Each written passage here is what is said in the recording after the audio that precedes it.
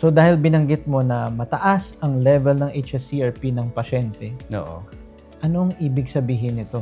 Okay. Yan. So, pag may inflammation ka sa katawan mo, particularly sa mga ugat, ang ugat, ibig sabihin, dito po dumadaloy yung dugo na galing sa puso. Ito yung parang mga tubo natin sa katawan. Okay. At doon talaga nakasalalay ang buhay natin. So, ibig sabihin, pag ito nagbara sa utak, yung ugat sa utak, Yan ang mauwi sa tawag na stroke. stroke. Pag Pero barado pag sa ito puso, sa puso, atin yan. heart attack. Heart Ayan. attack. O Okay. yun. So, ang pamamaga, bago bumara ang isang ugat, namamaga muna.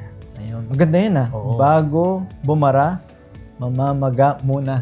Oo. Ayun. So, nandun yung ibang factors. Maaring mapapabilis ito kung may sugar ka, kung mataas ang sugar mo, diabetic ka, o mataas ang cholesterol.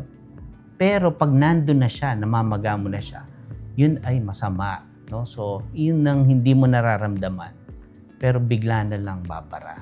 So, ang ibig sabihin mo, Ariel, kung tayong dalawa, pareho lahat ng test natin, pero ako mas mataas ang HSCRP ko, mas malaki ang chance ako Yes. na magkaroon ng mga events. Example, Stroke? yeah, yung HSCRP mo is 2. Ang normal kasi less than 1. Okay.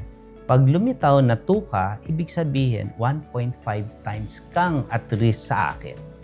Gusto mo ba yon? Siyempre, hindi. Oo. Kasi yung tinatawag na risk na yan is starting today hanggang sa 5 to 10 years kang at risk hanggat mataas yun. 1.5 halos doble, no? Malapit na sa doble ang risk.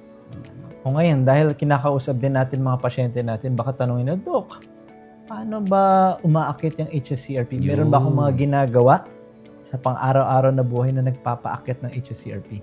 Yan. Actually, maraming common lifestyle Lifestyle. o habits na ginagawa ng mga kabataan ngayon. Sige, At isa-isahin yung natin, Ariel. Ano mo yun? Ang number 1 is the notorious smoking and vaping. Okay. Diba? Smoking Nabanggit ko and nga vaping. sa'yo, Okay. yung triathlete na yon, healthy, ganda ng katawan, normal lahat. Yung pala, nagve-vape siya paminsan-minsan. So, isa yon. Okay. So, syempre, itong mga chemical na to, pag pumasok sa katawan, magti-trigger ng pamamaga. Okay. So, pangalawa, ito, nakikita natin. So, ang pagiging taba. At hindi lang yung mataba sa labas, kundi yung tinatawag na taba sa loob na masama, yung visceral fat. Visceral fat. Oo, yung visceral fat. Yung nandito. Oo, minsan, hindi naman dapat ang taba ay nakikita sa labas.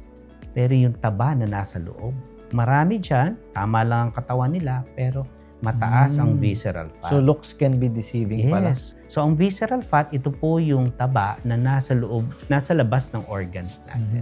Nakabalot. Nakabalot. Ayun. O, ang medyo typical at medyo familiar probably mga natin, mga audience natin, yung fatty liver. Oh, okay. Di ba? Nakikita natin sa ultrasound Okay. na may fatty liver ka.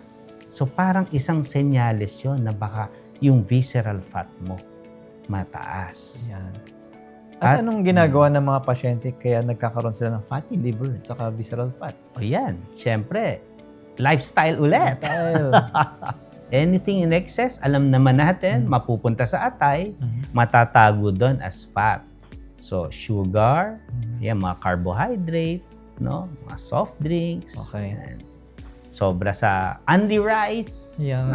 Napakasarap pa naman. Oo. Ayan, So, yung diet. At syempre, pag walang diet, yung isa rin, exercise. Or lack of physical activity. Lack of physical Ayan. Oo, yan. Oo. Tama yan. Yung puro social media. Nakaupo na lang, nagko-computer. Oo, yan. Tingin sa Nanonood ng phone. Netflix. Nakababad na lang sa phone. Yan. Ayan. Yung mga yan is favors yung inflammation ng katawan. Maganda yung sinabi mo, Ariel, kasi lahat ng mga ito nasa control ng pasyente. Yes, Diba? tama. Oo. Oo, So we can tama. do something ahead of the Yes. doctor's checkup. Oo, kasi kailangan maintindihan ng pasyente yung role niya at yung role natin kung paano natin parehong mapapababa yung inflammation o yung HSCRP ng isang pasyente. Yan.